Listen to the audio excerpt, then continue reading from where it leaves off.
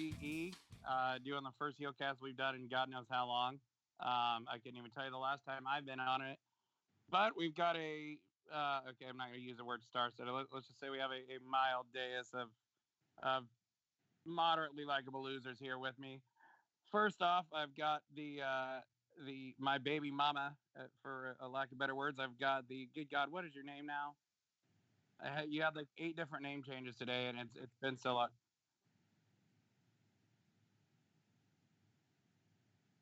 You were, or Hangman Dude, or some, I don't know what it was.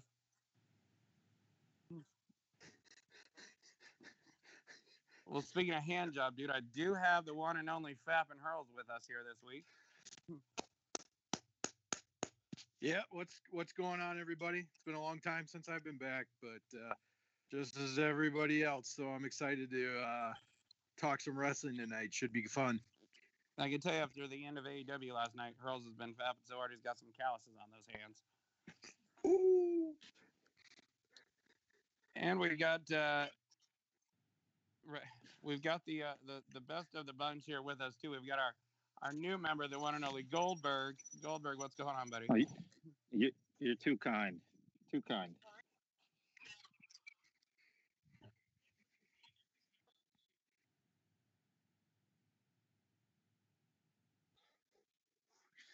Yeah. Done. We can't pay the Done. real. Done.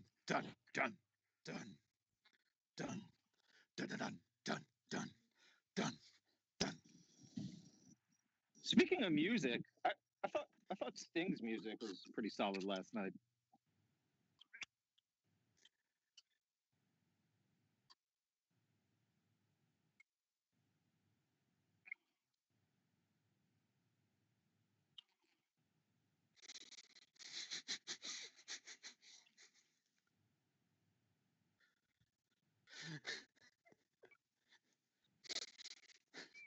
Spoiler alert, you got to the big story already.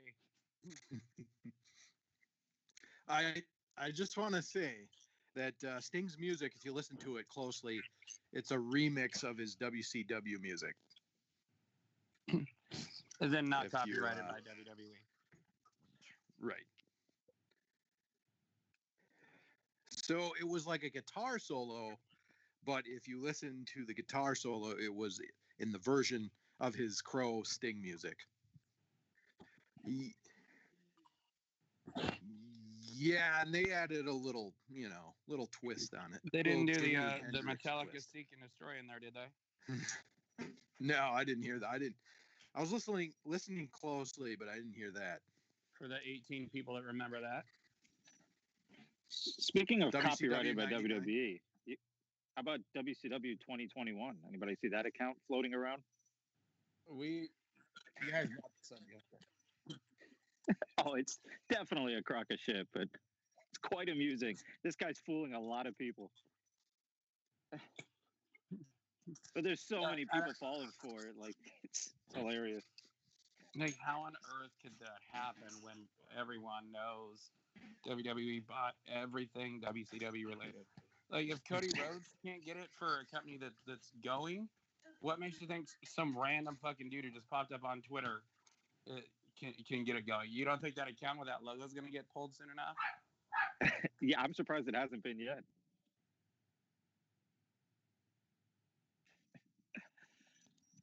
Or we're getting worked, and Vince McMahon's behind it.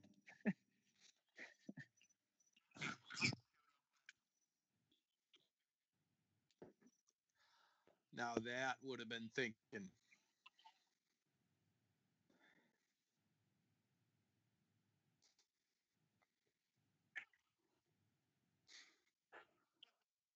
Yeah. We don't need any more helicopters in 2020.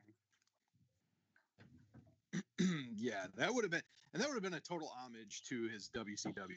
You know, he always did that at the spring breakout episodes of Nitro when they were outside in Panama City Beach, Florida. 2020 doesn't need any more helicopters with athletes in them. I'm sorry.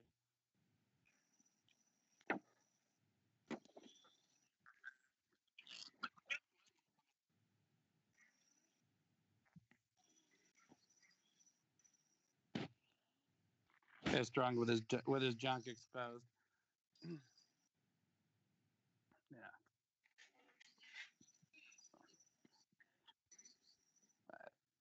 So, what's on the news for today? I know before we hop into the big show, I mean, what do we got? Wentz and Desmond Xavier going to NXT.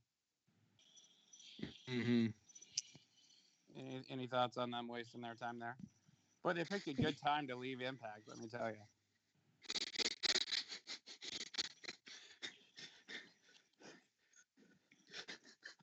I mean, are they really like anybody though? I know Impact gave them this big send off, but what have they really done of notoriety? No, they were zero. They were zero-time tag team champions.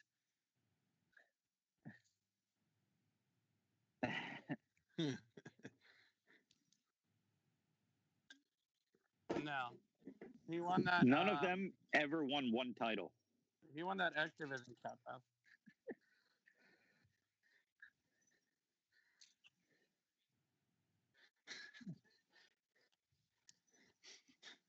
Remember, he won the Super X Cup, but that was it. Yeah, Desmond Xavier did. Yep. So bottom line, they've done nothing. I mean, that's bottom line.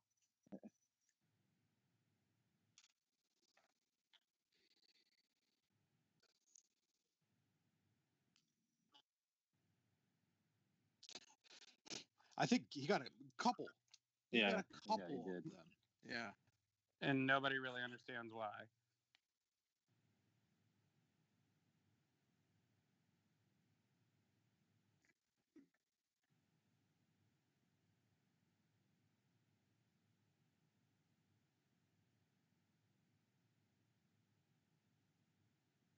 Mm-hmm.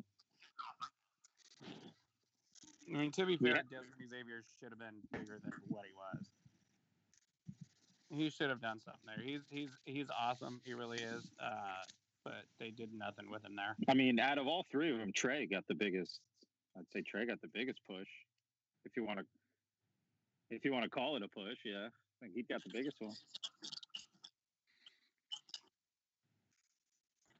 Well, how about let me just mention one more thing before, because we're not going to bring this up, but I brought this up to Hurls earlier. Jordan Grace, I know we're all big fans of hers. Tweeting today her dream matches for AEW and Impact's crossover. Can she just maybe let the angle play out and let us believe that like this is a real thing and it's not a storyline? Like, can we just see this out first before she ruins it for us?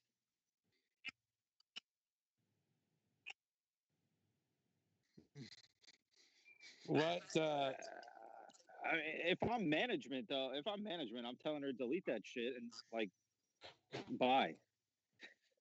And then at the door.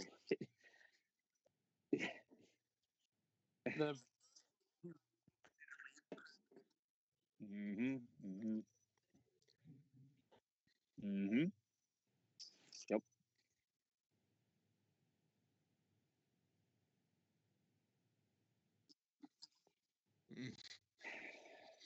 Wow, that was harsh. No, that's such a good wait. That's such a good point.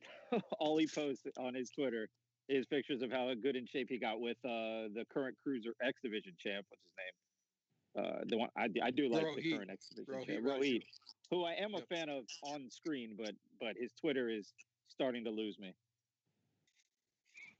What were her dream I'm sure they're all intergender matches. What was her list? Her versus no, it wasn't even her. It wasn't even her. It was matches she wants to see from other people. Like she didn't even like list herself on there.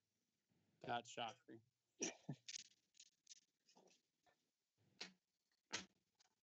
And so probably if she could take on Brian Cage. Tell her to delete that, the first thing that would happen is she would go on Twitter and claiming sexism and this and that, because she is the social justice warrior of them all, and also the fat skank of them all. Yeah, they should let her beat. Exactly they should let her beat Brian Cage. Like just embarrass him one more time. Well, yeah. To be fair, in the All-In Royal Rumble, she did eliminate Brian Cage. Do you remember? I don't know if you remember that. No, I don't. wait. One of her dream. This is how highly she thinks of Orange Cassidy. Her dream match for Orange Cassidy is versus Johnny Swinger.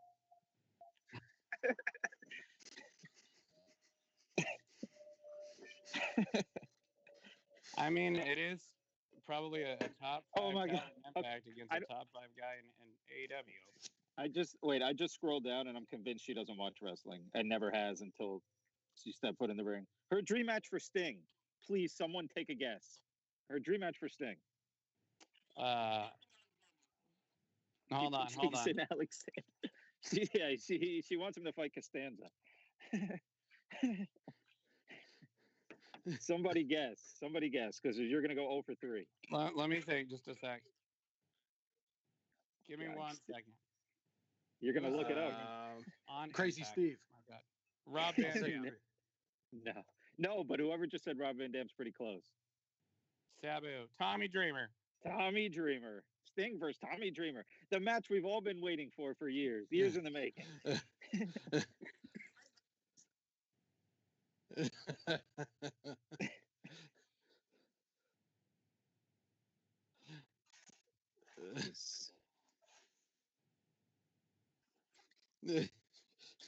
Can you imagine how terrible Sting versus Tommy Dreamer would be in 2020? Oh my God. Yeah. You watch your mouth there. I love some. Tommy Dreamer was amazing back in his days. Yeah. ECW. What he's doing now, I'm not enjoying. What did? Yes. When it comes to being a man and enjoying the ECW from back in the days, this is more of the Impact Dudette than the Impact Dude. That's all I'm saying. You know, I actually kind of enjoyed Tommy Dreamer's jackass gimmick it ran for maybe like a month, but it was kind of entertaining. Someone kick Hurls off this fucking phone call right now. You fucking piece of shit. What, Hurls. you didn't like him? You didn't like him when swallowing the Barbasol? When he would shave his hair and eat it? No, I didn't. It was embarrassing to see him and Raven have to go through that on WWE. Hurls, get off this fucking phone call. Wait a minute. I gotta read a couple more of these. This is unbelievable. I just can't believe what I'm reading. She wants MJF to take on Ethan Page. However, when she posted it, she put both their real names. She wants Max versus Julian, and not in a match, but a debate. Max versus Julian in a debate. What? Oh, what? Who gets to take that fat broad home tonight and watch Jordan or Jonathan Gresham pound off in the corner? Right. Wait a minute, and then Chappelle Show style. One of the Dork Order guys, John Silver, she thinks he can hang with Ken Shamrock. What? How does that even make sense? And right. then And she wants 30 years Joey older. Joey Janela versus Chris Bay. What? What? Joey Janela, please. If I never have to see him on my television screen again, that'll be. Wait, hey, and I have a question for you guys. Is Sonny Kiss like with the Dark Order or some shit now? Because when I was watching yesterday and they showed the dark results, it looked like Sonny Kiss was teaming with the Dark Order or something.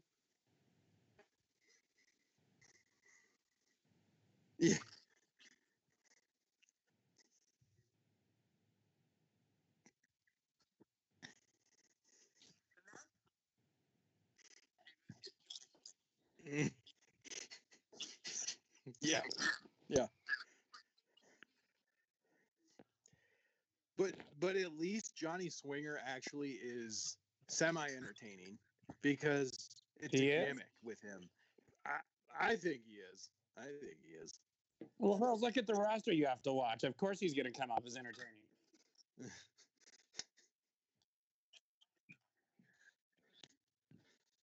Never fear, though.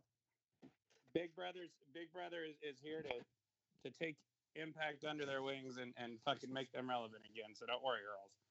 Johnny Swinger will become irrelevant enough, like for the majority of us, soon enough for you, buddy.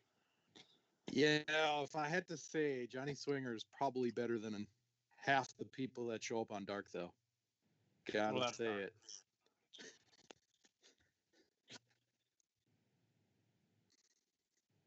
Nothing was entertaining on Wrestling Now. That's true. And he's just as bad as Jordan Disgrace on Twitter. I will give. I'll take Johnny Swinger over or Joey Janela. I'll give you that. Thank you. There you go. Now we do have. Wait. Is there any more brain busters and blockbuster matches here, Goldberg?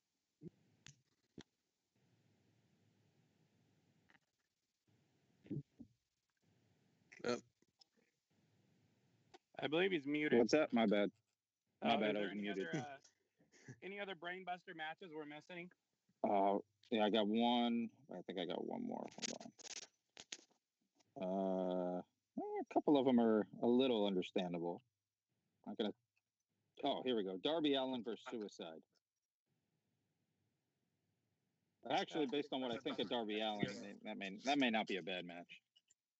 Meh. Who's even playing Suicide at this stage?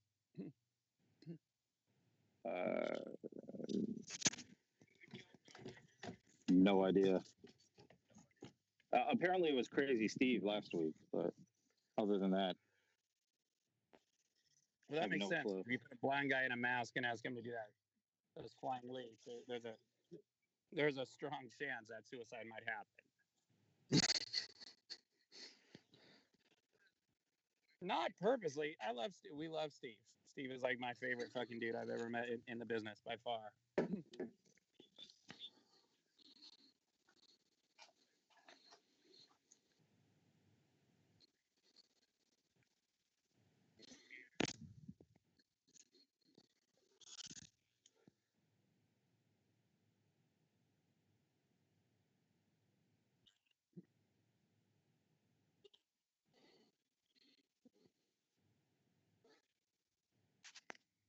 Oh yeah.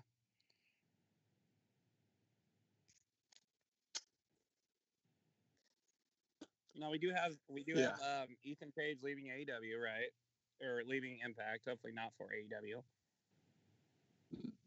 Which we mentioned in the Impact Dude's thoughts, or the AEW Dude, or whatever dude's thoughts. I absolutely echo those statements, but I mean, where do we think Julian is going to end up at?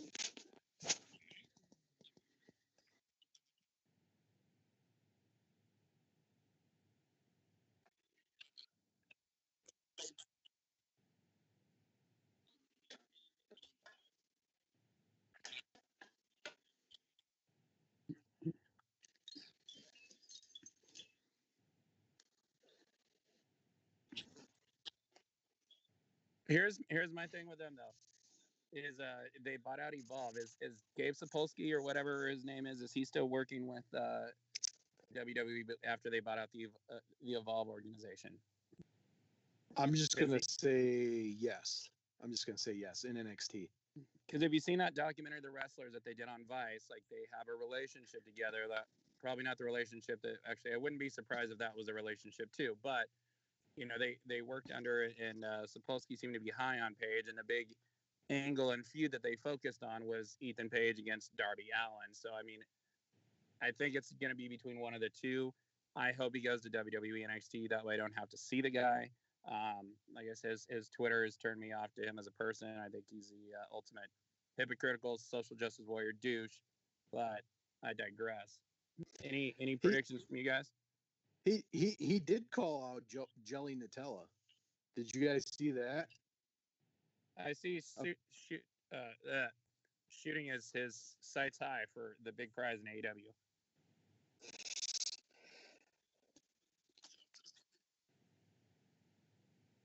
Yes.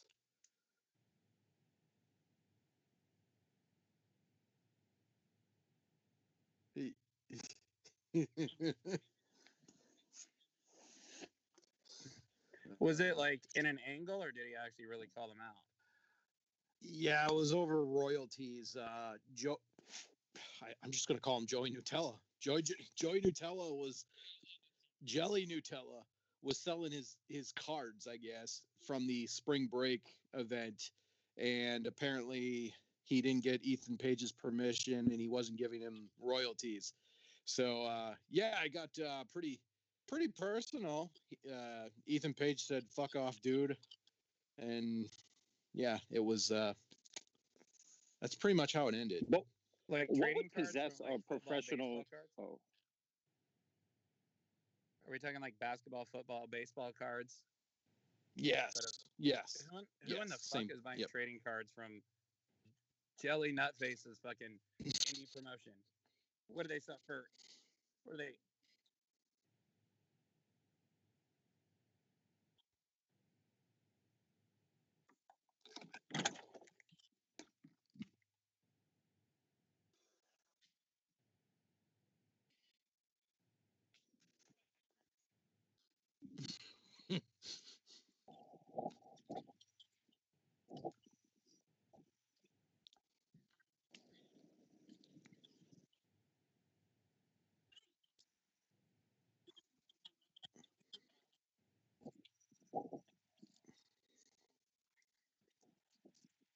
Hold on. I'm just gonna say that the 3 basement dwellers that actually paid money for those cards set their virginities back another 20 years.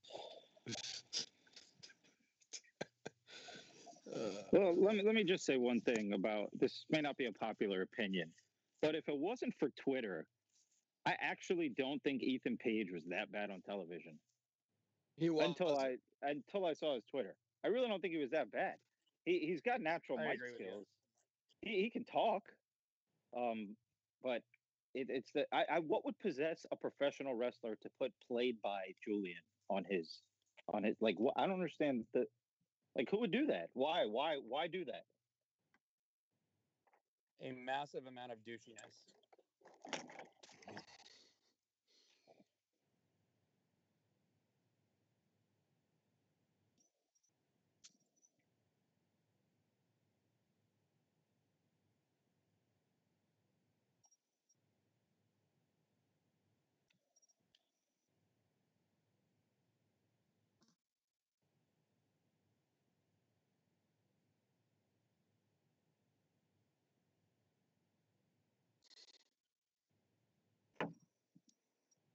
Mm.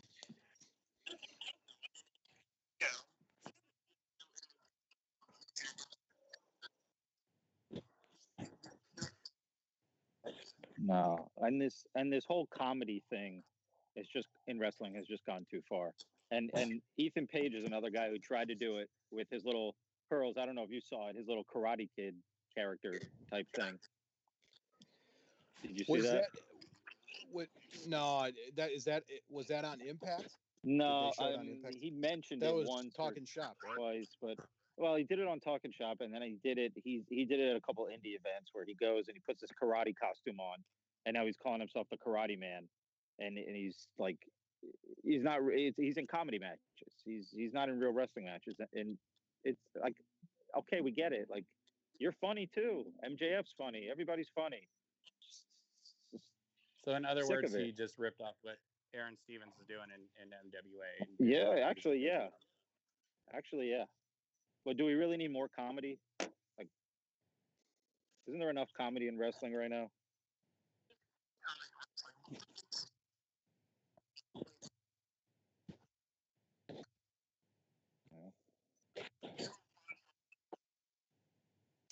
Just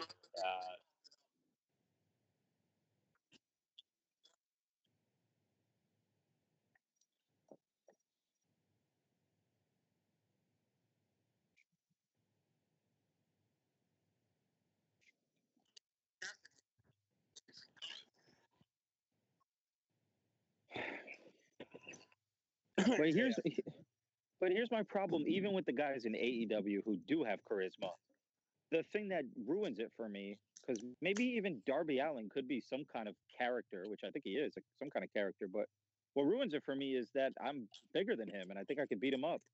I mean, back when all the guys you just named, I'm pretty sure they would have taken me out in about 3 seconds. I think Hulk Hogan would still beat me up in 3 seconds. So, I mean, or like, and Darby Allin, I wanted to touch on this with you guys. I've been waiting to bring this up, but his finishing move, I think it's his finishing move, Is it where he jumps off the top rope and falls backwards Coffin. onto somebody? Yeah. Like, Coffin how drop. is that legitimately? How is that going to hurt the opponent? How? They'll just catch you, or like. Okay, but at least you're landing on someone's net. Like, you're landing back first onto somebody does not hurt. Maybe even front first, you can convince me maybe that hurts, but back, that doesn't hurt. It's like a trust fall.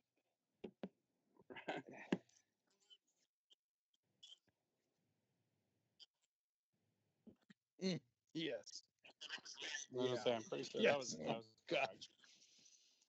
Their best finisher of all time, Kevin Sullivan. the stomp. Jumping on their stomach. Great. What a great finisher. Wait, what happened with Chris Benoit? Good. Solid guy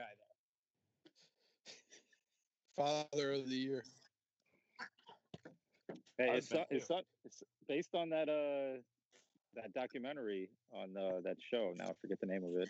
Dark Side of the Ring. Yeah, his son didn't.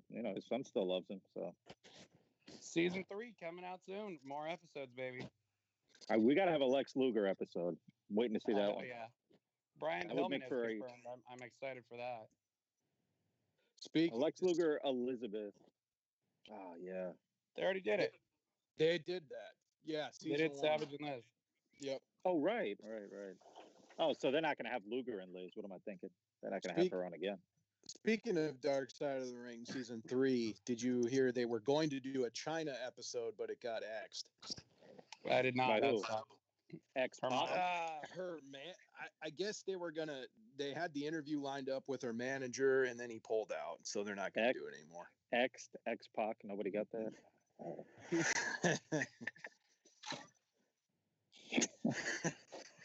Too soon. Why would you pull out of China now? I went there. I'm sorry. Yes. We got to get all that out. We just offended our 8 listeners.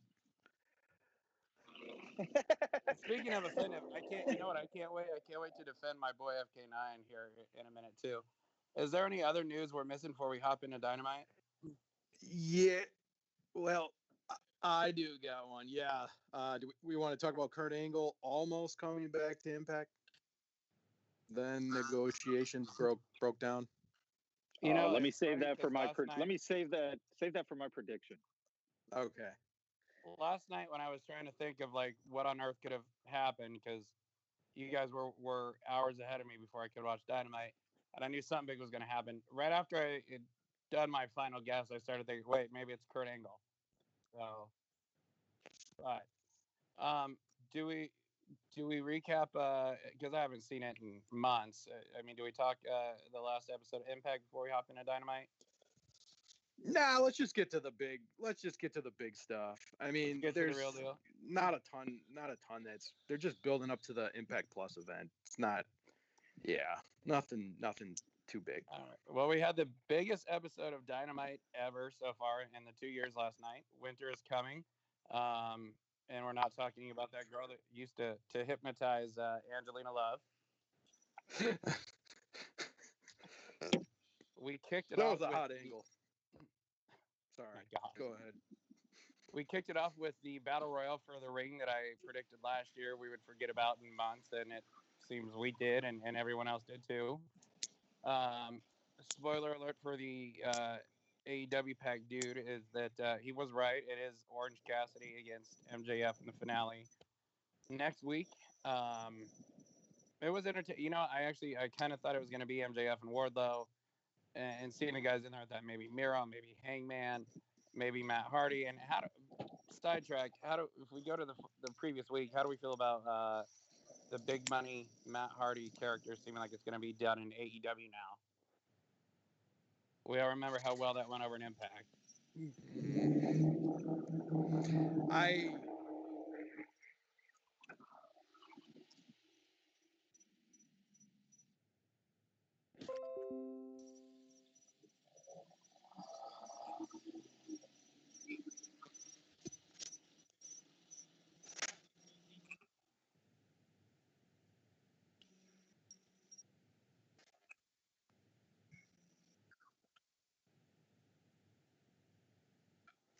Why would AEW allow it?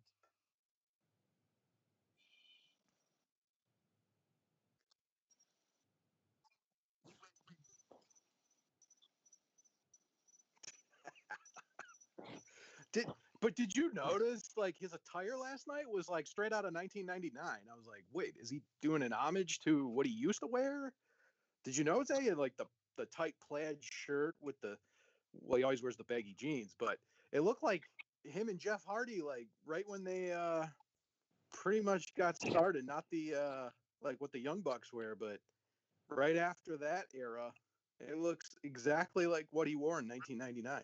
Yeah, add 40 pounds and I noticed it. Yeah, absolutely.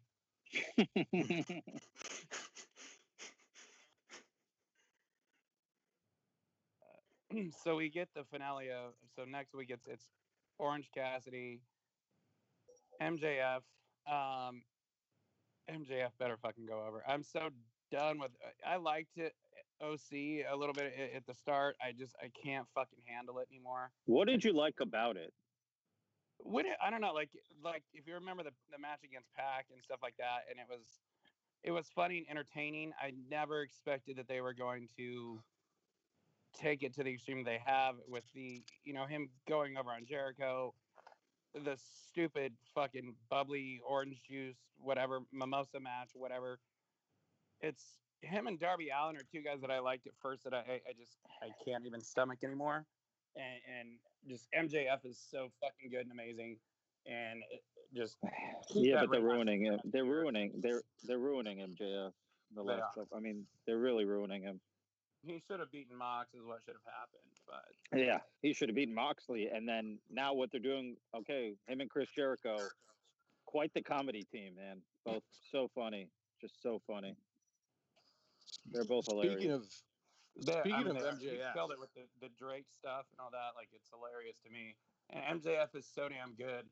This dude is the future. That's what I'm saying. Like, he's lost one single match his entire career. Right. And keep it that way. Like, my sarcasm's dry because I mean, it's funny, but like I'm just not a fan of comedy anymore in wrestling. And MJF's too good at being a heel to turn into a joke. I agree. And same with Jericho, really. Yeah, but he's long gone. He blew it already. He's a joke already. He's a complete joke now. Everything's funny. I still love him, but did you guys see the reason why WWE didn't sign MJF?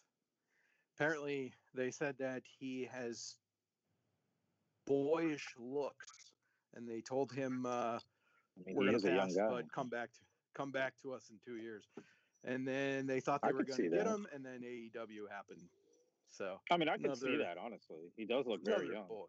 Another stupid move by WWE there. I hate that they compare MJF to The Miz because MJF is everything The Miz is not, in a good way. They have similar mic skills, I guess. They're both really good on the mic, right? Yeah, I don't think Miz is good on the mic at all. But no. Some people do. I mean, he's gotten better. It's Randy Orton again, though. Randy Orton was so green when he started. They pushed him down your throat so much that it's like, oh, you're not that good. But then over time, when you're in the business for so long, you start to finally get it. I think Miz, he's not as good as Randy Orton, obviously, but he's gotten better. He's improved. I'll definitely give you that. Miz is a guy I feel like could beat the shit out of. I thought I was going to like Orange Cassidy in the same way that I liked Shark Boy. That's what I was expecting to happen. That makes sense. Then they pushed him as Shark. Yeah, me too. I love Shark. Give me a shell, yeah. And then, so I mean, later on in the show, the Inner Circle starts fighting and feuding, and now it's next week. Jericho's going to decide if the Inner Circle is going to break up for good or not. Predictions? What is Santana's hurt, right? Because he wasn't out there, right? I didn't see him. I have no idea. He wasn't there. I think they're gonna. I don't think they're gonna break up next week, but they're gonna drag it out for a while.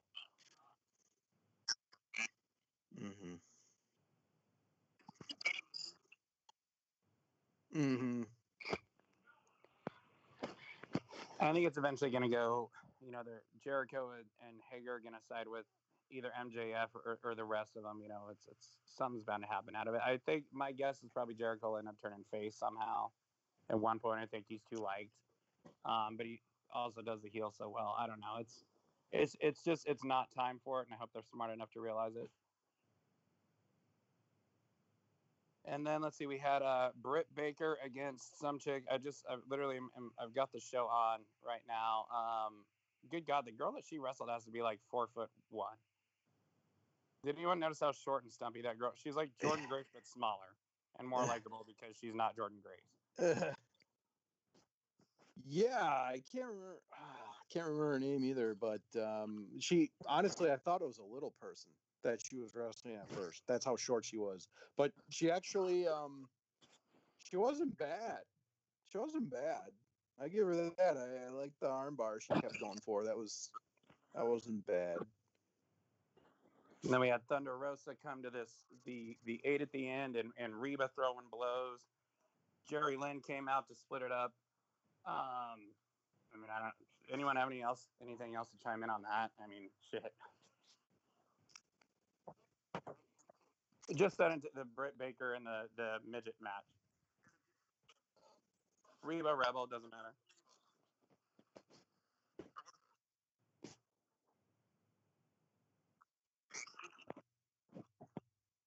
It's a Reba McIntyre.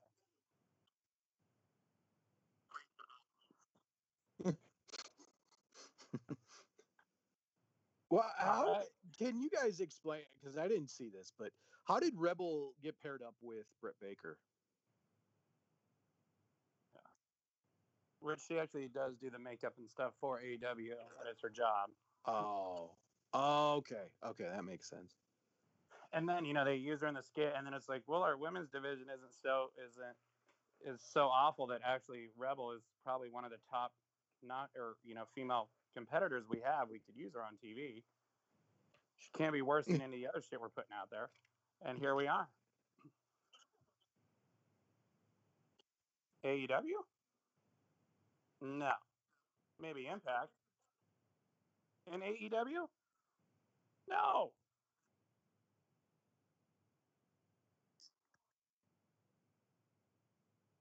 I don't know. Maybe. Probably not.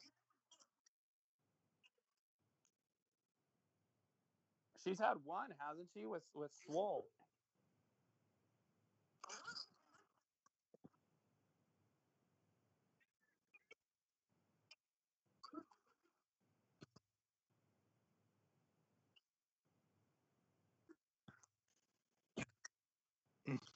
She's gotten hella over because of this thing.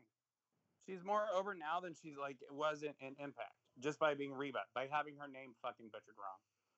Because for whatever reason, the Britt Baker skits end up funny half the time.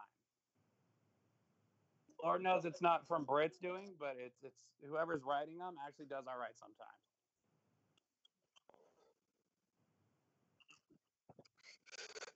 Wasn't it her and Shelly Martinez that was like the worst match of all time? Yeah. Yes. My badge. Yeah, that match. Shelly Martinez was yelling "my badge" for like a good 10 seconds. It was so bad. What was it, hurt or? I can't remember the move. I don't know if Rebel was grabbing a little more than she should have or something. I honestly tried to block that match from my memory, but it was that bad. Well, I wish I could have been there to help. I'll see if I can pull that up and send it to the chat. All right. All right. Are we ready for it, guys?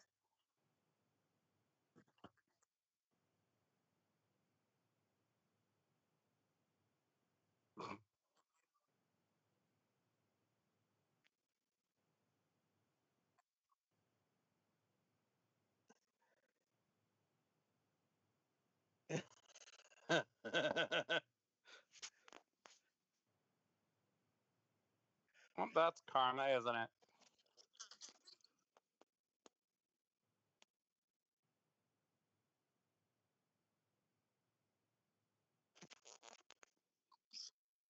Yeah, are we...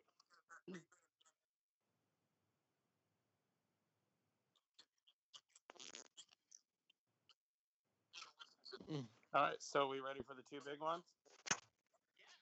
All right, so next we had Cody Rhodes and Darby Allin against what's his name now? What is it? Powerhouse Hobbs? Yeah. Powerhouse Hobbs and Ricky Starks. And of course, it ended with the people not named Brian Cage losing, and then the beatdown that always happens, and then the lights go out. And Hurls, what happened? The man they call Sting! It's Sting! It's Sting! Fortunately, this was spoiled for me hours prior, but that's my own fault. But it's fucking crazy that Sting is on AEW now in 2020. And he walked out slowly, and that is because he looked like a 60-year-old man out in the ring, because he is a 60-year-old man out in the ring. Gosh, I have such mixed thoughts on this, but I'm going to pass it to you guys. We'll go to Goldberg first, your thoughts on it, and then we'll go to Hurls and the Dude. Yeah, I don't care if he was 90. I marked out, and I I'm reading on Twitter and social media and all the people hating on it. He's an old man. He better just be Darby Allin's manager, and he better not get in the ring. He's too old, and I don't give a shit if he wins the title. I mean, I love Sting, and I'm gonna, for my selfish reasons alone, I don't care if he gets in the ring and takes on. I mean, we know he could beat Brian Cage since Brian Cage loses to girls, but if he takes on somebody else who's a top competitor, I mean, I know he's got to be careful because he got hurt with Seth Rollins, but I want to see him get in the ring. I don't want to just see him be Darby Allin, 150-pound Darby Allin's manager. I want to see him actually do something. Yeah, I think it was interesting on AEW.com that they did put the win-loss stats by his name. So it leads me to believe he's going to at least have some matches. There were reports that he wasn't going to wrestle at all, but that was real? I didn't know that was real. Yeah, he's got to have some sort of match. I mean, come on, the man, he still wants to wrestle. He wanted to wrestle The Undertaker, so I think that's one of the main reasons he left WWE, because he was forced to retire. So, they got, I mean, shit, it's Sting, you know? I mean, he made Darby Allin more credible than Darby Allin's ever been just by standing, a few inches away from him. Like, it's freaking Sting, and I love it. And Tony Schiavone and Sting calling Sting entrance again. Who doesn't love that? So this, I mean, we'll see where they go. They're going to have an interview this Wednesday on Dynamite. So, but I'm all for it because I love Sting. He's in my Mount Rushmore, as I stated on this show.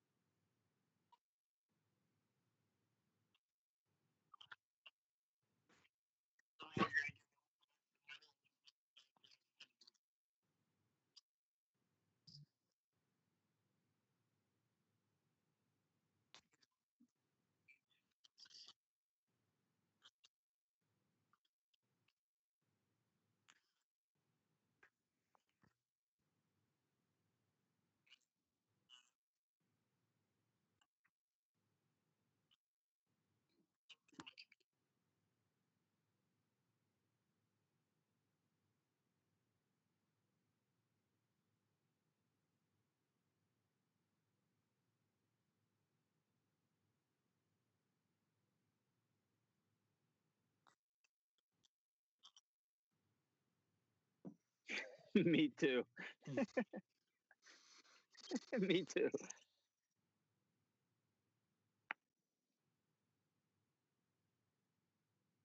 Hell, want to see Hogan versus Sting one more time.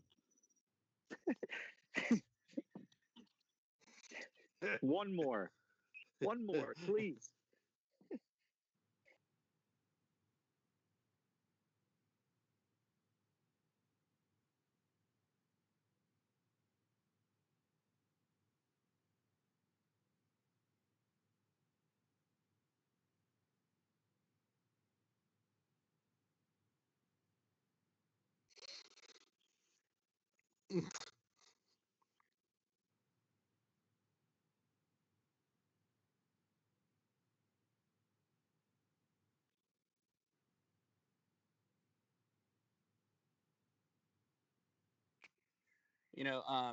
Yeah, of course, if I would have watched it live or not known what's happening, I would have had a much crazier reaction. But even hearing about it prior, it was pretty fucking awesome. It's Sting, you know what I mean? The guy, literally icon for a reason. I hate that he even went to the WWE, and of course, they did what we kind of expected to. But I hope he made some money off those 2 DVDs they put out over him and whatever. That said, I love the guy for his legacy, his past. I don't know what's going to come of this. And I mean, in today's modern wrestling, it's hard for me to believe like this guy could beat up anyone because like he's got the bad neck. He's old. He looks fucking old. So yeah, he had the injury with Rollins. So it's like, what can he do? Now we read in that thing today that like he can't actually take bumps. So my expectations are it's going to be this cinematic type of wrestling matches, or we're going to get the Bret Hart treatment where when he was in the WWE, and that was bad and tough to watch. As Bret Hart's my favorite all time, and I don't want to see that happen with Sting. And it's not, and I hope that's not the case either, because it's basically just going to be a 60-year-old man just squashing top talent. I don't want to see that happen to Brian Cage or anyone like that. Right. I mean, I would believe 60-year-old Sting would beat up Sonny Kiss or Joey or Jelly Nutface or whatever, but it's still getting the rub and all that from Sting is going to be big. Obviously, it's what sold broken AEW's records already for most T-shirts sold in 24-hour period or whatever. I mean, it's huge in its own right, and hopefully it's going to pull ratings in. I think they were close to getting almost 1 million this episode. I assume the next one and coming is going to get bigger. But I mean, this is a huge fucking deal. This is by far the biggest name that has appeared for this company, wrestling wise. And this is a company that's had Mike Tyson and Bret Hart on their TV show, or at least on one of their pay-per-views. So it's a big deal. Not yet. And DDP. That's true. Yeah, DDP too.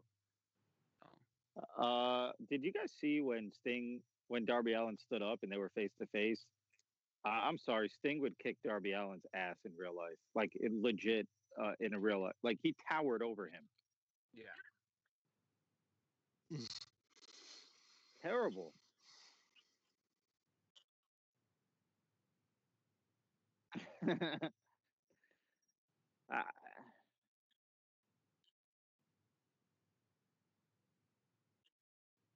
Listen, I'm like, obviously what we just said, I'm a complete mark for the older guys, but I legitimately think Sting could beat up 50% of this roster in real life without the bat.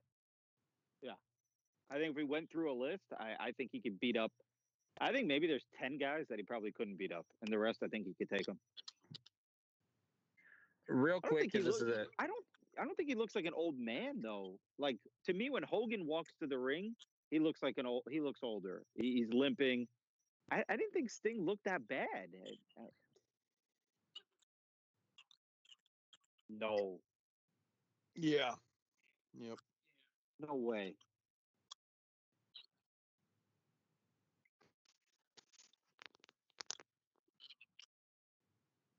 I'll give Hulk Hogan all the breaks in the world. He can come back and wrestle. I'm cool with it. He's 67. Quick. You guys had mentioned both 69 and Sting bent over. Pat Patterson also passed away. What a low blow. Right.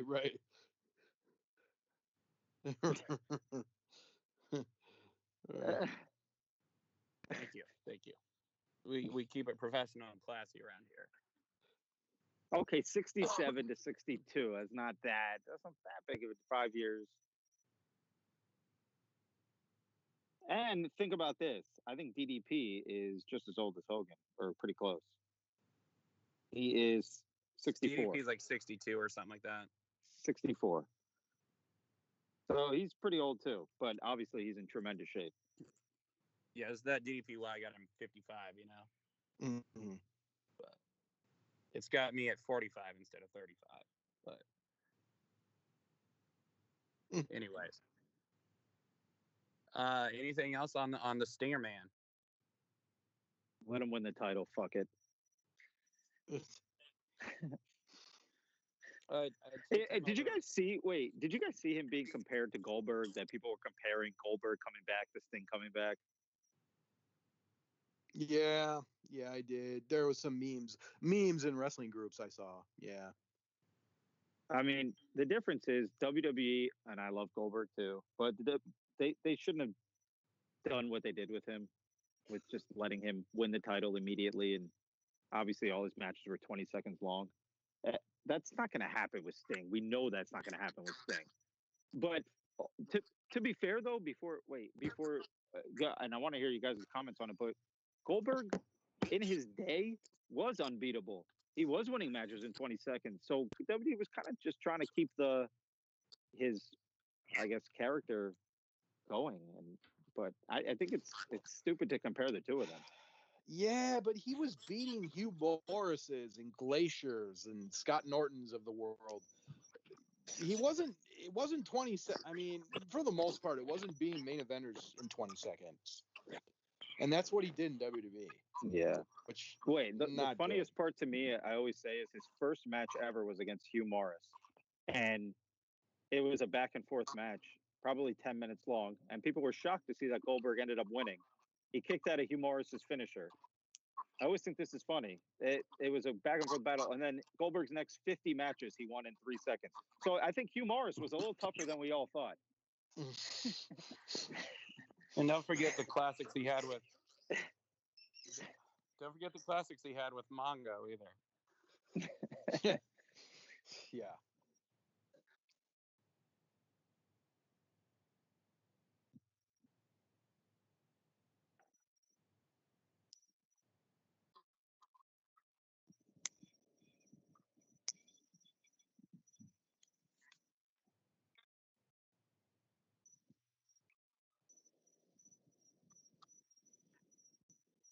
Yeah, but his body looked. Not to sound, his body still looks tremendous.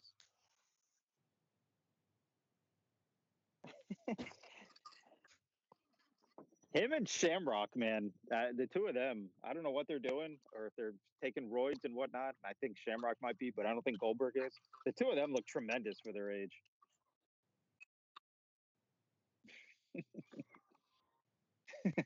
See, my beef with Greenberg is that he still can't wrestle after 30 years.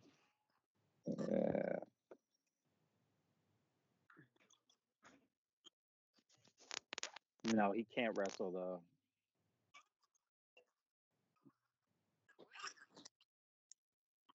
Yeah. You leave Warrior out of your mouth. But you watch some matches from Goldberg back in the day, and he was doing things that, I mean, obviously he can't do now because he can't do spin kicks and shit. But at least he was doing shit back then. Towards I guess the end of WCW. Well, I don't think he was. I know he was bad, but I'm biased. I mean, he's my uncle, so. What could have went wrong with Goldberg throwing all those kicks? Nah, he's my uncle. I'll get you an autograph. You want one? $50.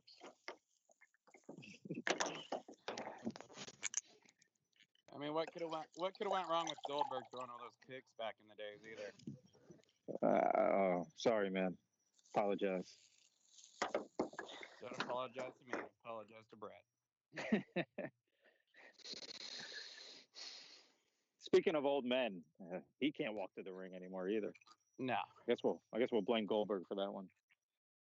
Goldberg and Strap.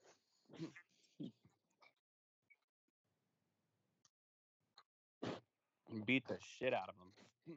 You see what Sting does? You see it? Brings over 300,000 more viewers. And what'll lose those 300,000 views will bring up next.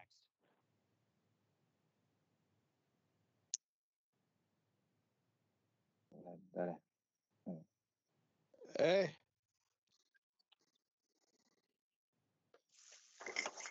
Hey, like I said, if there's anything that's going to tank those AEW ratings, it's what happens next. Well, let's talk about that because I got some comments on that match. I think we all got some comments on it.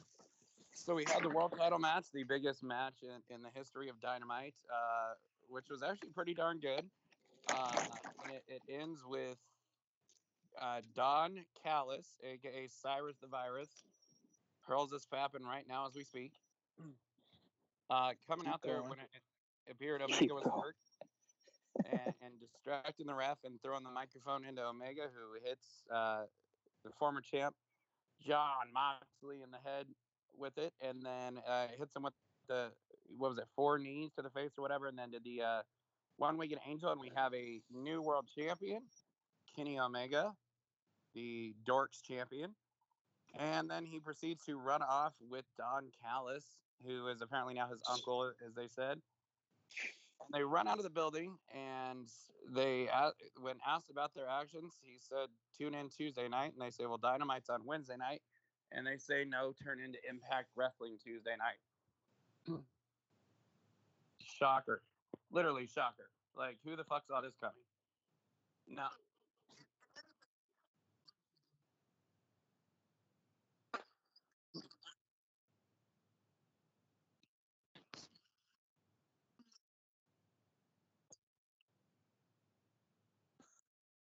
Mm-hmm.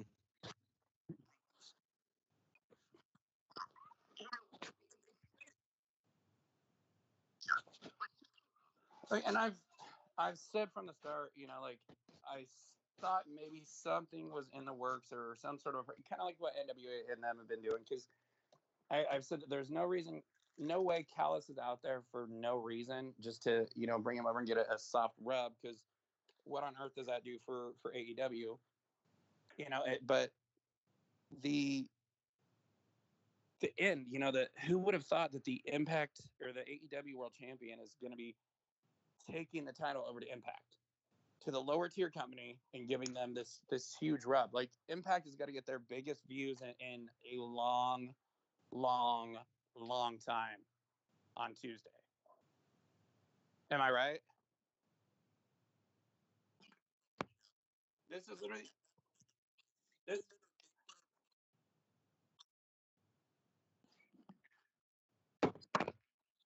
This is the biggest fucking thing that's happened to Impact in at least over 10 years.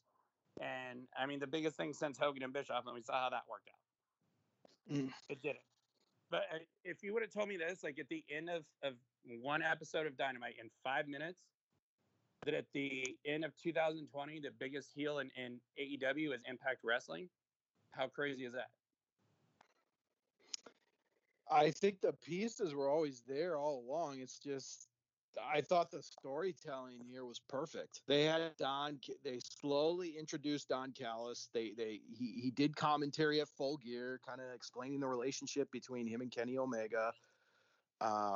It's no secret that Don Callis and Kenny Omega are pretty tight, and the fact that he was able to help Kenny Omega win the title and then bring it to Impact because he's an executive vice president, I thought this was really well done.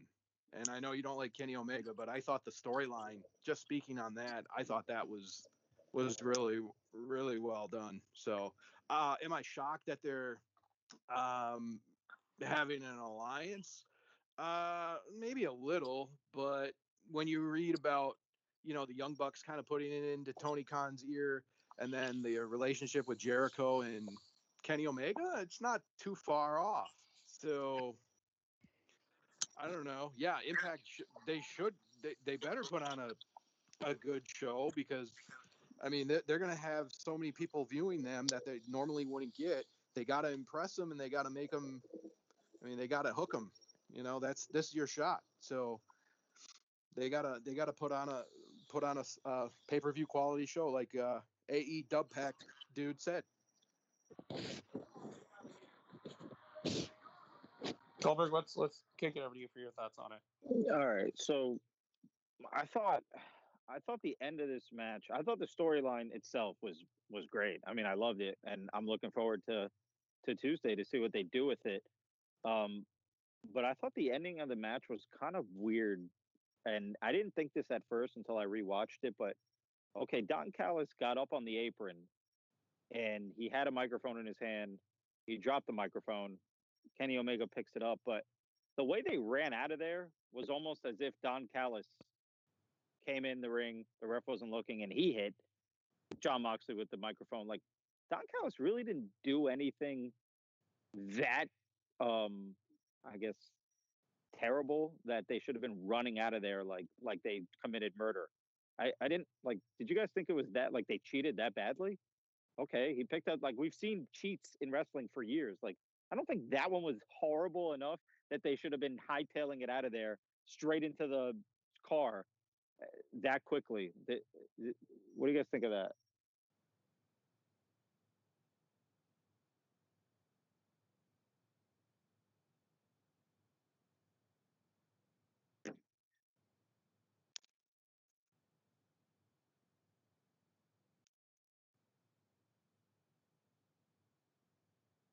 Yeah.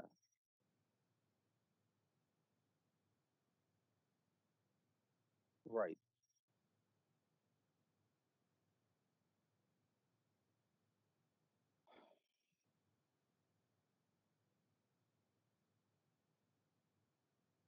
Yeah, I enjoyed the end where he says we're bringing the title to Impact. Fine. Yeah, I love the storyline idea, and I hope they do something with it. But based on how wrestling has gone the past 15 years, whatever, I have zero expectations, and I think it's going to be a nothing burger. Kenny Omega will appear on Impact, and I don't think much is going to come out of it. I really don't. I think they're building this up, and nothing's going to happen. But I hope something happens, and I hope we get some good matches, and I hope I'm interested in watching wrestling again, and I hope Sting brings back the main event Mafia. There, just going to say it. Okay. And Kurt Angle did tease it on Twitter, if anybody saw that a couple days ago. He posted a picture of the Mafia on Twitter, which is weird timing. Well, you know, I think if Impact wanted to make a statement, they would somehow convince Kurt to come back, and we could have a Kurt versus Sting match one more time if we're going to do the cross promotion thing. I think that would be pretty cool. But all in honesty, though, I mean, I think it's going to lead into the Bullet Club reforming. I mean, that's kind of obvious. I think with the Young Bucks and the Good Brothers, I think we're going to get something with that. And then we also, John Moxley got taken out, 2 weeks ago, right? And they don't know who did it. Yeah. Right. So I think that's going to be an Impact guy. I don't know which one, but I mean, it could be the Good Brothers. Who knows? Yeah, it could be Callahan. Oh, yeah, Switchblade. They were former tag team partners on the Indies, so, yep. Uh-huh. Or they could reform even as a team. And I mean, in a minute, we're going to talk about like what we expect or hope to see too. But go ahead. You were going with Hurls. My bad. Sorry, I don't want to spoil the next segment. Yeah. We basically just kind of winged the show. We didn't have an itinerary or anything. So I mean, it's fucking, you know.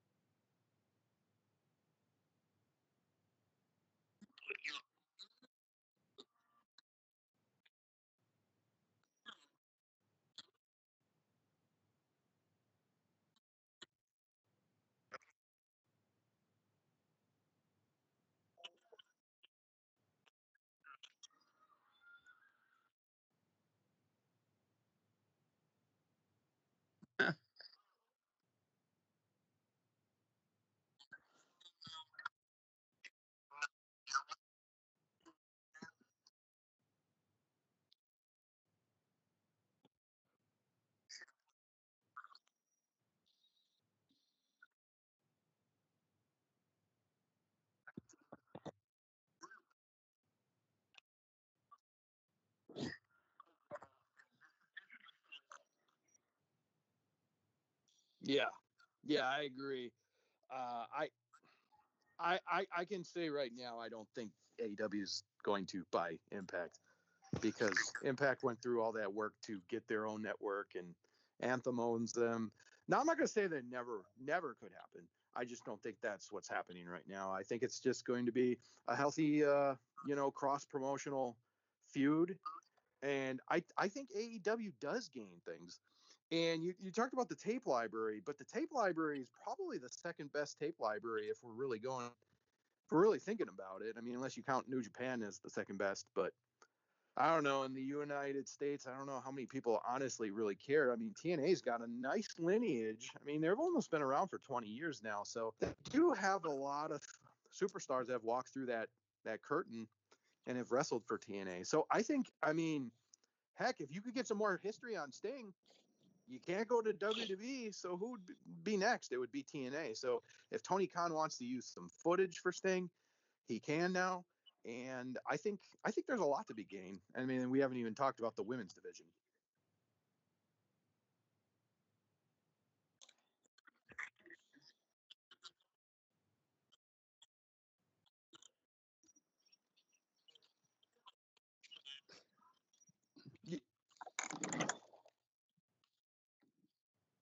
Yeah, no, that's true.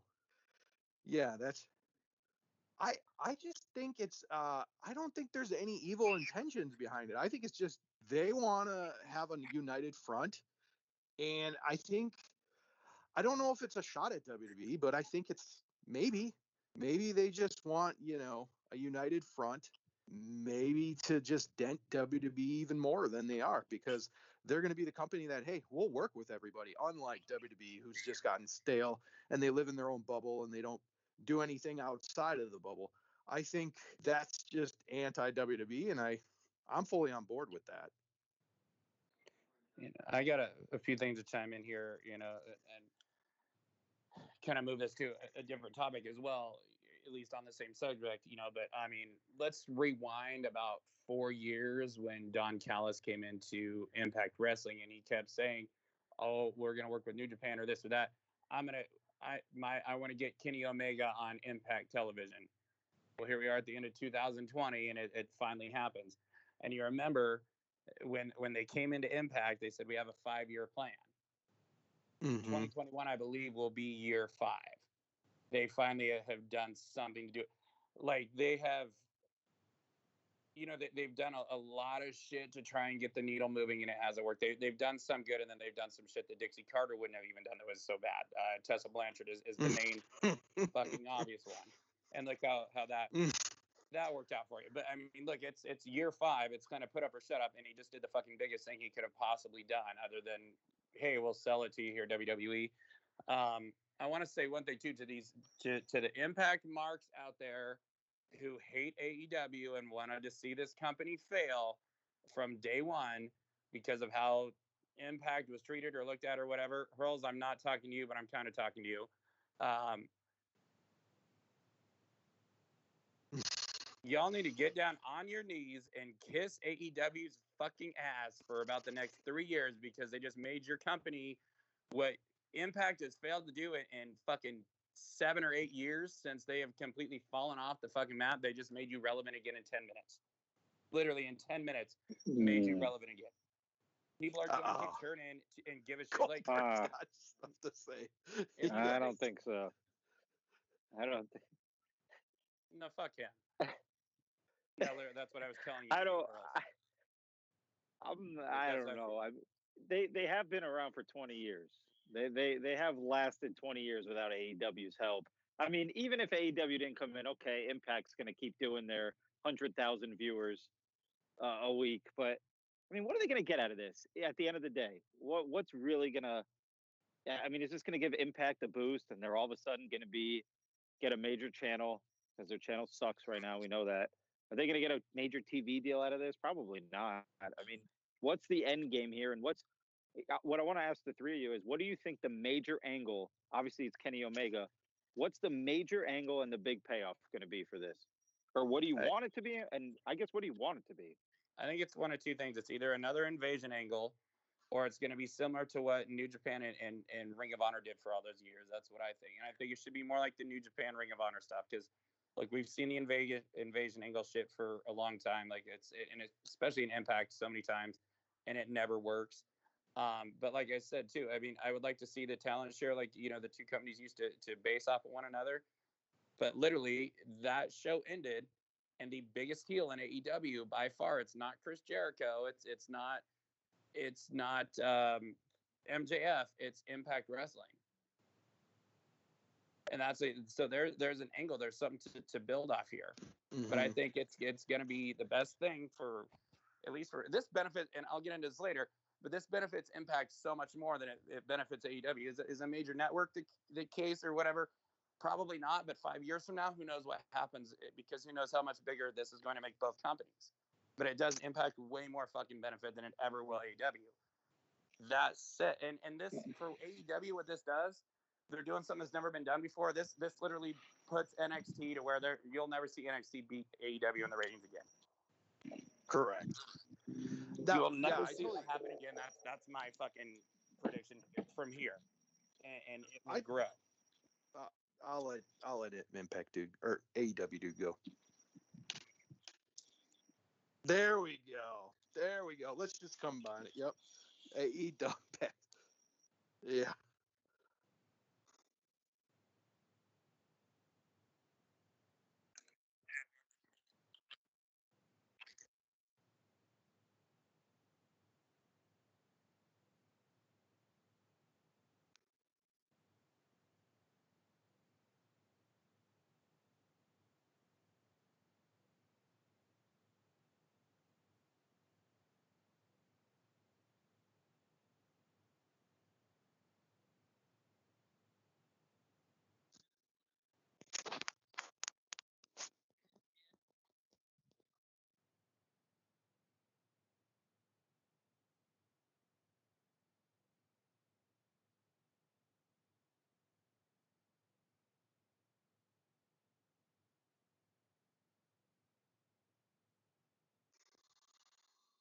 The New World Order.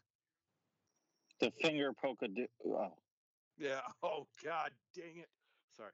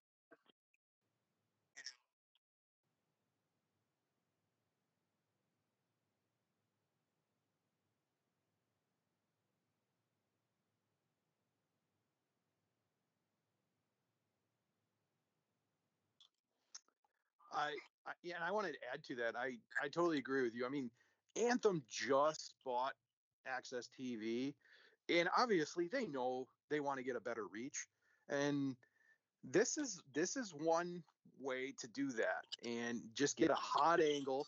Hopefully this turns into the hottest wrestling angle going forward for a long time. So why not? I think it's a win. And if this does lead more to the, traditional, you take some of my guys, I take some of your guys. I mean, Impact can borrow AEW the knockouts, and they can help that division out. So I think there's advantages for both of them. Yes, obviously AEW's on TNT. It's one of the biggest cable television networks in the world. But I think there is definitely some things that AEW can benefit from, where it seems like Impact's just benefiting 100%. I also think that Impact should, and I don't know if the storylines will even intertwine, but I think that Impact should have had a different champion while this is going on, a different face of the company, because Rich Swann to me is an X Division guy. I don't know. I feel like they should. Yeah, there should be some kind of heavyweight, and even if it's Sami Callihan, who I'm almost getting sick of too, because his act is just the same, and it's getting stale, because he does the same fucking thing all the time, talk a whole bunch of shit, and then lose. Guy always loses. So, but even he would have been a better champion. Just go ahead.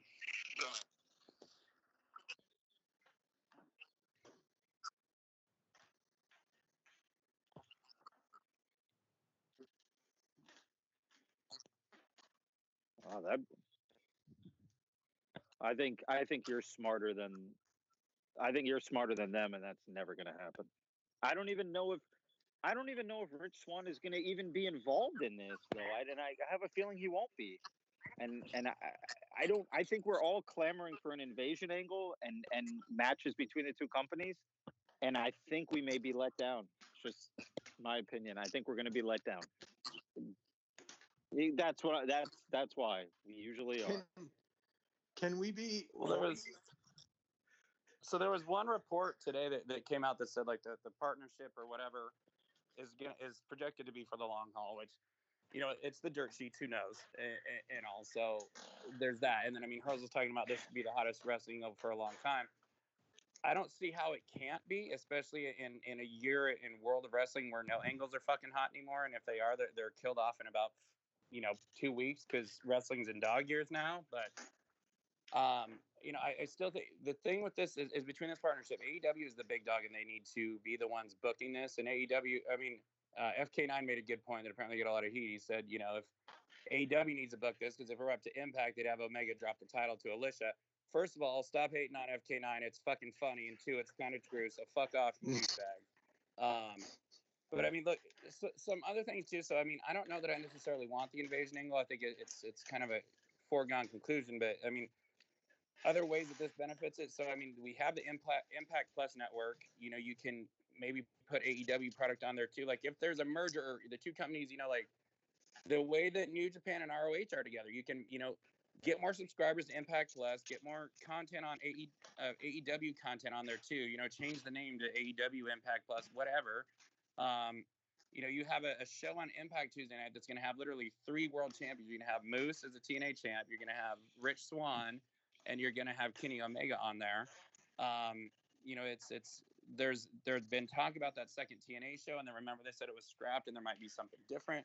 Well, there could be, who knows what the possibilities are. There could be a show on TNT. There could be a show on Access. There could be 2 new shows that come out of this. Let's see what else. You have Impact Wrestling people. Think of a guy like Eddie Edwards, who's had such a great career, but is so under the radar because it's never been on anything bigger than Ring of Honor or Impact. Gets to go on fucking TNT. That's pretty damn crazy. It's, and of course AEW's biggest benefit, their talent wise, the knockouts division for one. But, you think about the talent that's there, the X division that can benefit, the tag team division. You get LAX or the Lucha Brothers back. It seems like Hybrid 2 or Private Party who are good, but, the AEW's tag teams are so stacked. And then you can get the Motor City Machine Guns against the Young Bucks again. Redo that. You get the Good Brothers versus the Young Bucks, which seems to be a given. You guys are talking about the Bullet Club. Both main rosters can kind of benefit, but, Impact gains so much credibility back from this. If this relationship is anything what New Japan and Ring of Honor did, which I think it has to kind of be their focus, because look where AEW stems from. They stem basically this company started from the success of New Japan and Ring of Honor together, and that surpassed Impact. Both companies jumped so far over Impact from their relationship. Now with this, if this works the way that it does, Impact is kind of in that tier that you're stuck with, Ring of Honor and MLW and way behind New Japan. Well, your Impact is fucking way bigger now than Ring of Honor or MLW. And they stick it to Billy Corgan. Billy Corgan's fucking, he's like, okay, I'm pulling my stuff from AEW. AEW is like, who gives a shit? Because he refuses to work with anything from Impact. But you put more eyes on Impact, you get more people invested in Impact who are coming over watching both programs. You get the small amount of Impact people, the fucking Kesters and other morons of the world out there on Twitter who hate AEW and refuse to watch it. Now they're going to go over. And I know that's a super small number, but that could put them over 1 million viewers, which could save them on TNT. It put them in the saving graces. You take that investment of people getting into Impact, you bring it back over to AEW. So not only is NXT put in the dust, but you get this long-term investment. And you can't really get that out of New Japan and for the audience that AEW targets, because no matter how many dorks, the New Japan audience is already fucking watching AEW because they're all sucked off Meltzer too. You can gain more from Impact because we are more investment in Impact talent and kind of people than we would be in New Japan, where they don't speak English and we don't really know what the fuck is going on. Yep. And this is also something that has literally never been done before in this era stage of wrestling. In the territory days, sure. When have you seen two active promotions other than WWF and Smoky Mountain or their brief fuck around with ECW? You've never seen anything fully together other than New Japan and Ring of Honor. But these aren't two huge American or North American companies. So I think there's a lot of benefit. And I don't think that this is just a little tiny dink around, fuck off one-time event, because you're not going to put him on. You're not going to take Omega right after he wins a belt and put him on fucking Impact TV. For nothing to come back to you in it, it makes no sense to do that. And their angle to work this in is Omega is a VP, and he's the one that signed Callis and worked this agreement behind their backs with Impact. Makes sense. Right? Yeah. I think. Okay, first of all, when, show some respect to Alicia. Okay, she's come a long way. She can take Marco's son in a shoe. She came so far, Chef's jerking off to her now. Hurls, go ahead. Yeah, I just want to say, I think Impact surpassed Ring of Honor. You could have maybe made the claim 2017 that Ring of Honor was starting to get bigger than Impact, but all of that has died off. Once the Young Bucks left, all the Bullet Club stuff is done. They were done. And it showed. Them and MLW didn't even have shows during the COVID stuff. And, Slammiversary had a pretty decent amount of hype for it with all those, with the promo they ran. So I think this obviously puts them over those two companies for sure, if it hadn't already.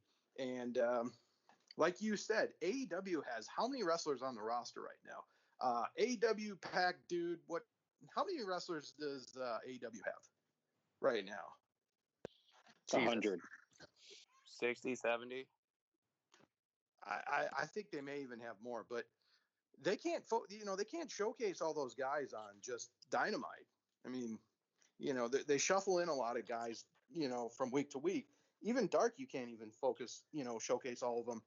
Send them over to Impact for, you can do the Impact Plus events. I don't know if Impact's going to do the Twitch events again, but that's an option. You could also do Explosion if need be, but there's a lot of different possibilities they could do. They could even have that second hour just be a cross promotion show where you just have Impact guys versus AEW guys, just different, every week could be somebody new. So there's a lot of different things they could do with this.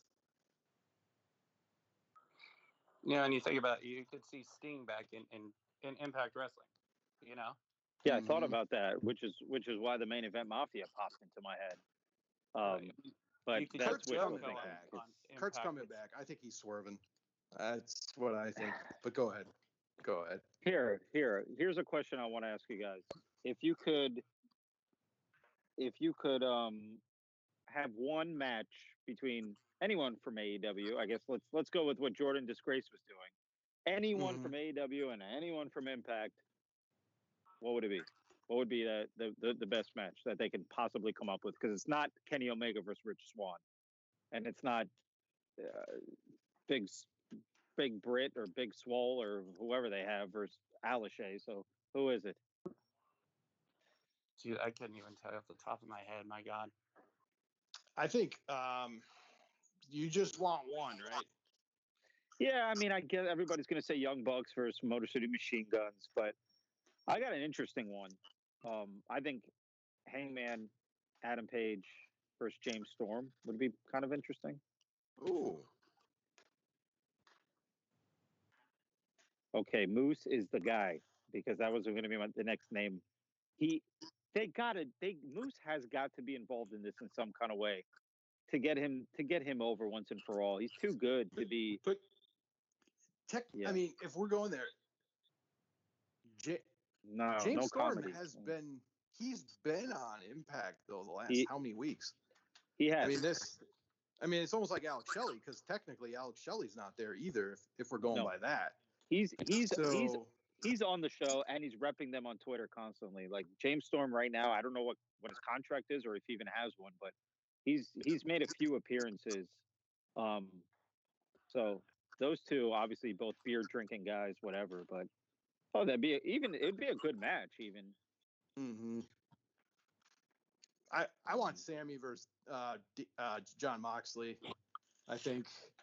But you know what? My joking one, and well, maybe half joking. Who's Ken Shamrock's last feud before he left the WWF? Was it Jericho? Yep. That would be interesting. And they actually never had that. They were supposed to have a pay-per-view match, and I think Shamrock left. You know what else is interesting? Impact storyline right now. They just suspended Ken Shamrock. You know, which is interesting. Hard for me on that one. It really is, and it's mainly because I mean, what is Impact's roster at this point? I mean, Hurls is Moxley versus. I mean, Impact's roster is better than AEW. AEW is a joke. I got one though. Is the Motor City Machine Guns against the Lucha Brothers? Yeah, except AEW has buried the Lucha Brothers. They have. Take it back to Impact. They're still a big deal over there. Even LAX against the Guns or something like that. You know. Absolutely. Let's hear it. Oh God.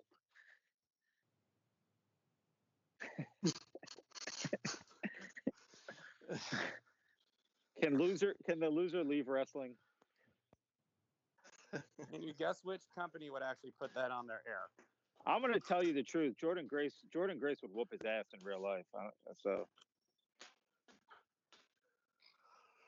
no. I don't know, probably. Who's married? Who's married to her? From Ring of Honor. No, I didn't know that. I didn't know that.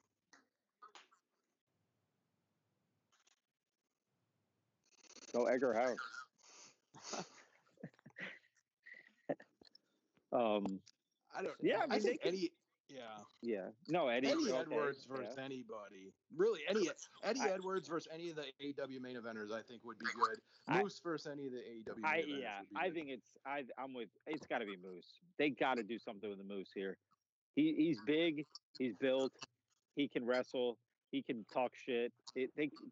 We've been waiting, Hurls, how long for them to actually do something with Moose and put him in a position where he can actually be a known name. We've been waiting a long time since Slammiversary, and this could be the time. This could be it. I'm hoping. Well, what about Time to- yeah? Here's the thing too. You look at faction. I mean, Moose and Team Taz or something like that. Or add to some of these things that. Because let's face it, now that the nightmare, it's Taz isn't getting in the ring with it to take on Sting and Cody and Darby and Dustin. So you got a fourth person like someone like Moose, which could lead into an angle with Moose against Cody again, Moose against Sting, or Moose even against Cage, for the FTW versus the TNA belt, 2 titles that aren't technically world titles or recognized. That could be cool. AEW has about 30 factions, and does Impact have any right now? Do they even have any factions right now? Can you name one? I don't think they have any. No, I don't. No, they don't have one faction. Not one. I mean, how many guys do you consider a faction? 4? I guess 4 more. Yeah. Okay. Yeah. Then they don't have any. Tell me 3. I mean, who do they even have that has 3 right now? Not well. The last one was the Rascals, and they're gone. So and they're gone. Yeah. So they don't have any. What about Ace Austin and Fulton and whoever else? That's it. Is that it? It's the 2 of them, and they've disappeared over the last few weeks anyway. Which listen. They should do something with the 2 of them too. He raped someone or something, right? I don't know. No, not that one. The one that actually didn't rape someone. He's associated with the raper. Elgin? No. No, he's talking about Dave and Jay Chris. The one who didn't. Yeah, because one of them's still there, right?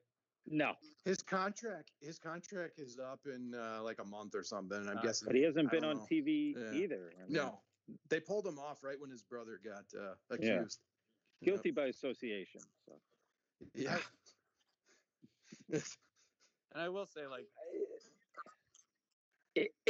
Impact's, here's what I say. Impact's roster compared to AEW's roster is weak as fuck.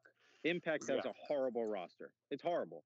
But AEW's roster, they haven't done shit with stacked talent. They have a lot of talent, and they have done nothing with their characters except push Orange Cassidy and make a joke out of the guys who should have been pushed. And I agree with you for the most part. The Butcher and the Blade? Yeah. Oh, gosh, please. If I have to see him back on Impact. Please. I know. Let's get the Butcher and the Blade against Rhino and Heath Slater. That'll put asses in seats. QT and what they did with QT Marshall and his girl Allie, good thing she just randomly went back to the Butcher and the Blade for absolutely no reason at all. That made a lot of sense. You know what though?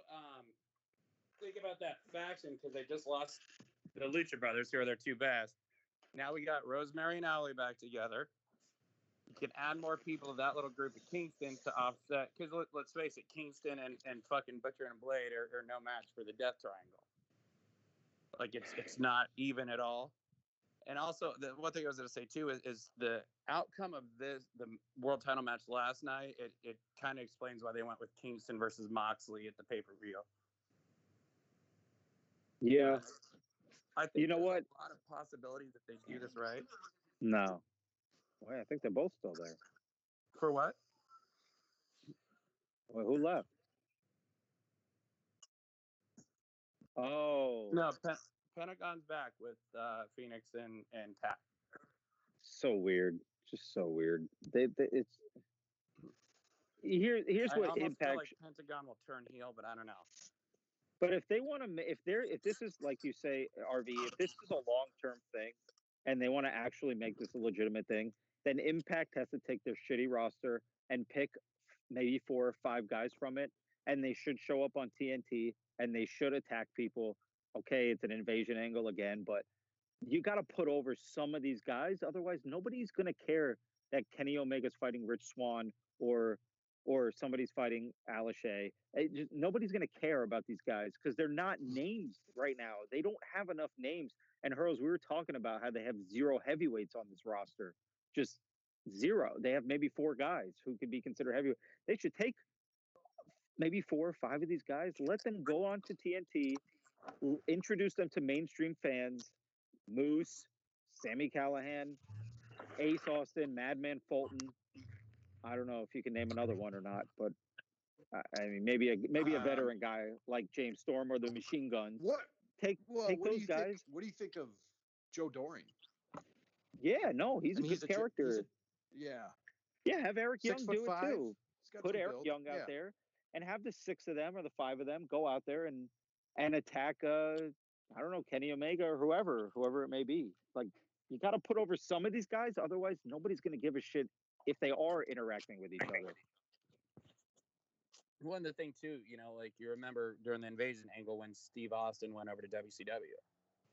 That's kind of how it feels like they just did with Omega. Like Omega jumps ship to Impact, and I think you guys, the point you brought up. I mean, who jumped Moxley? It needs to be like the Good Brothers. It needs to be Callahan and Shamrock or something along those lines. It needs to be someone out of Impact to make that bigger. And but it should be someone other than the Good Brothers. We know them. People know them though already. But you're gonna put the guys on okay. So the guys who are going to be on AEW are going to be the guys that you're going to trust to make it good. So you're going to put Eddie Edwards, you're going to put Sami Callihan, you're going to put Moose, and then maybe slowly bring those guys that maybe you want to put over. But right off the bat, you're going to have to bring the heavy hitters. You might even have to bring RVD over there somehow. Too bad they lost. I think he's gone, ain't he? No, he confirmed he's still with the company. EC3 would have been real big for this. Yeah, that's a surprise to me. It should be EC3, honestly. Right. EC3, and wait a minute. Is it possible that EC3 and Moose could now get together, maybe, and do something? Why would he do that? Why would he do that? Good planning on his behalf. Well, you guys heard that Callis and D'Amore, they kept this thing like super hush hush because they didn't want the roster spoiling it. You know, Jordan Grace would have been the first. Hey, look what I heard. You know?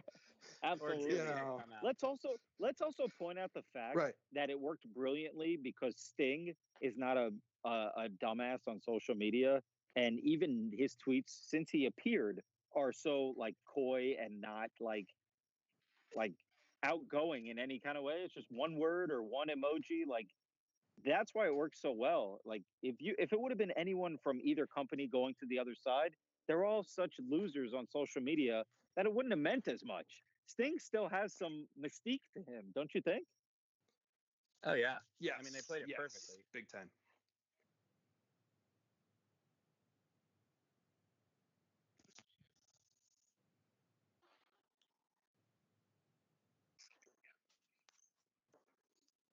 Yes. No, wait a minute. Am I the only one? I know what you're talking about. I know exactly what you're talking about. I cannot be the only one here though who is not buying into Kenny Omega as this mega star. I can't be the only one. I don't buy it at all. Callis though. I like it. I think No. I love this angle. I love this angle. Okay. But before this, let's say before yesterday, what is so impressive about him? He's not. First of all, Meltzer on the mic, sucks, and he's a joke on the mic. Dave Meltzer comes in his pants over Kenny Omega. Right. And if you didn't watch New Japan Wrestling, who is this guy? Who's this guy who comes out with women holding brooms? Who is he? And why are they holding brooms?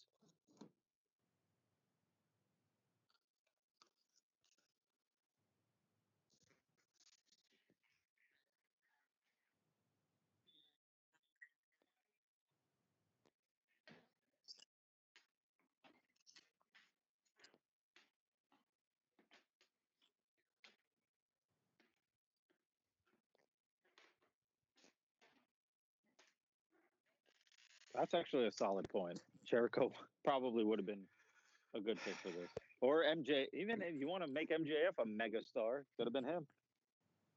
Oh yeah. One thing that comes to mind too is you think about Cody Rhodes' stipulation. You can't challenge for the AEW World Title. Well, he can challenge for the Impact. He can challenge for the TNA. TNA. You know, that's true. I personally, just as a longtime fan of both guys, I'd love to see James Storm and EY over in AEW, you know, on TNT, not getting the shit into the stick like they did in WWE. if this is a long-term partnership, which we all, at least I hope it's going to be, RVE, you sound like you hope it's going to be at least, there's no doubt EY and James Storm will be on TNT in some way, shape, or form. Motor City Machine Guns for sure as well, too. And I think the Young Bucks, especially with their power and control, I think they want to get to renew that thing with Motor City and go over this time. Passing of the torch kind of a thing. Yeah, I can see that too. But the funny thing is, the North has been called out quite a few times. Does that really even matter though? If they have a partnership, like contracts really don't mean a dang thing. So even if Ethan Page does go to AEW, but there's this, alliance kind of going on behind the scenes, you can still have the North wrestle. So I don't know. It's another thing to look at. You could have the North jump ship to AEW and back and forth. Right. Exactly. I just hope we're not predicting all these things and it ends up being a flop, which is still my gut instinct. I just hope they do something. Okay. I wanted to, and I don't blame your gut instinct either. I wanted to bring this up, but you know what? For it to be a flop, it would have to be worse than the WWE invasion angle, which was a total flop. It would have to be worse. Or it could just be Kenny Omega appearing Tuesday and it's the end of the story. Like that would be a major flop. That would be no way. I hope not. No but way. hey, I mean, true. Listen, RVE, you mentioned an article today where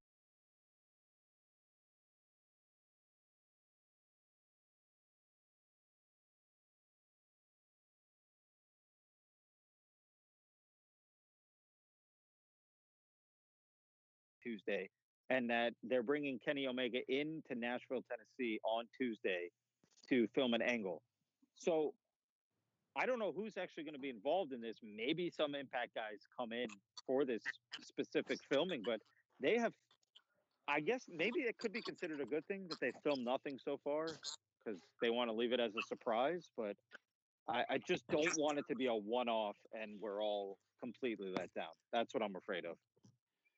Well, my guess is that they didn't film anything prior to keep it from leaking to the internet from Ethan Page or Jordan Disgrace or whoever. Which would be great, right? Which would be great. So the only thing we can do is tune in and find out. And I will. Hey, for the first time in a long time, I'm interested. They got me interested. Same here. I think all of us are interested. Intrigued. Okay. I'm highly intrigued. Well, shit, gentlemen, we're pushing 2 hours. Have we got anything else? Yeah, that's I'm pumped for this. I hope it turns into a. I just want to say too, it's different than the Ring of Honor New Japan, like you said, RVE. It's just you have characters you can actually invest in on both companies. New Japan, it's just like, oh, okay, this guy who can wrestle well, but I don't know a lick about him. So that's the difference, I think, here compared to that. Strong style. Yeah. I want to see the main event Mafia. That'll be my final comment. Booker T, baby.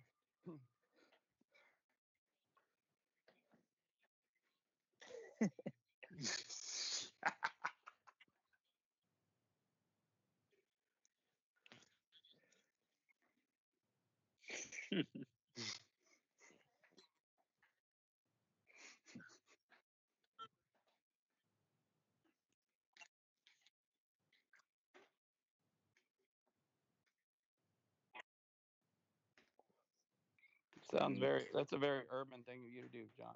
Here it is. We're all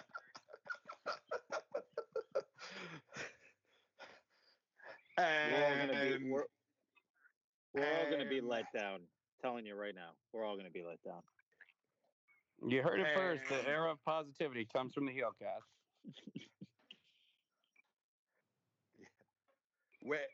Well, on that note,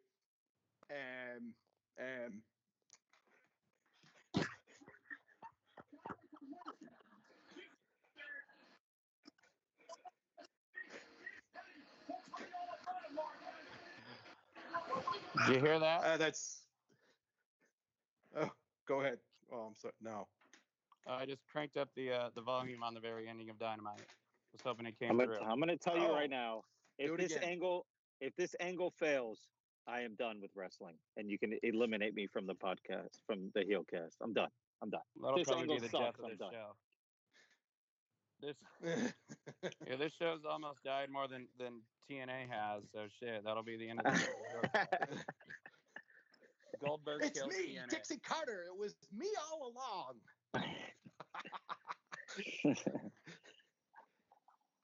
This.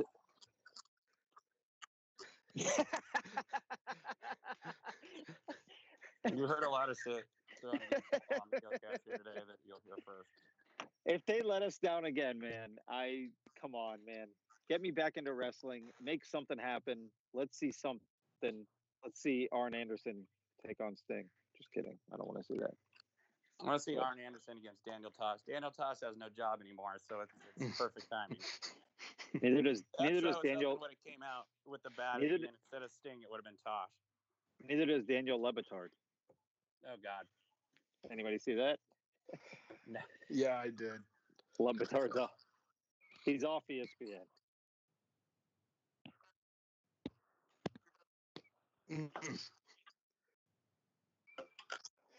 Arn just knocking back the brewskis.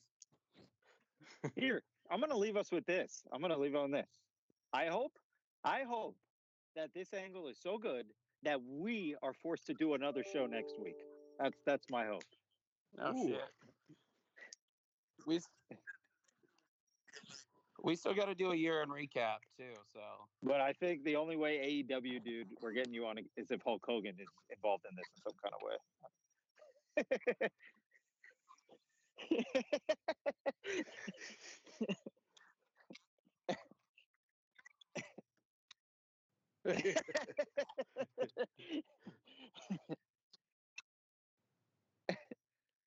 We told you that a triple threat match between the Machine Guns, the North, LAX, and Lenny and Lodi is going down this week.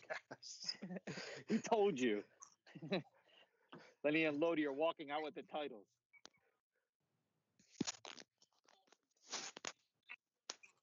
Yeah.